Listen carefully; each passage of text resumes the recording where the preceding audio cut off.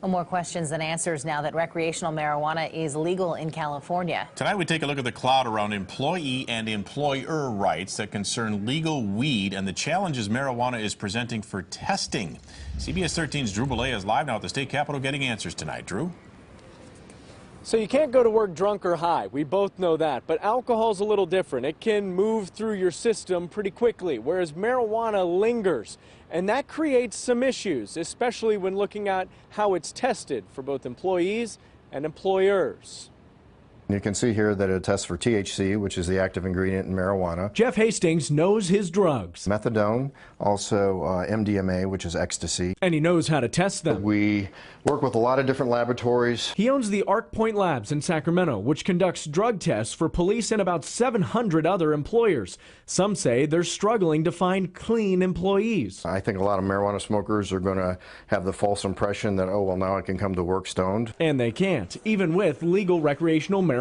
The freedom to do something outside the workplace does not translate to freedom within the workplace. Barbara Cotter is an attorney with Cook Brown. The employer has a right to say, we want productivity at work, we want a safe workplace, and we're not going to allow anyone under the influence of any intoxicating drugs or substances in the workplace. But there is a legal gray area. Under the influence and in one system are two different things, and both can get you fired. A big part of the misunderstanding or the problem that's out there is that folks don't understand the difference between presence in system and intoxication. Marijuana is stored in fat cells and can remain in a person's body for weeks, but that doesn't necessarily mean that person is impaired. We need research that's going to tell us, okay, what is the level when you are under the influence? Prop 64 doesn't address this issue. Employers and police especially have no way of separating the two, which is unlike alcohol, where the lines are very clear. There is no analog for .08 with marijuana. Nobody knows what that number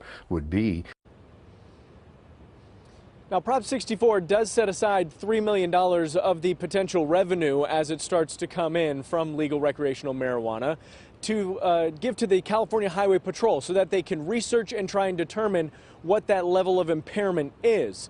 But as we look to Colorado, a state that legalized recreational marijuana 3 years ago, almost 4 years ago now, they still are struggling with this issue, trying to perfect what is impairment. Long road ahead here. All right, Drew Belay live at the state capitol. Drew, thank you.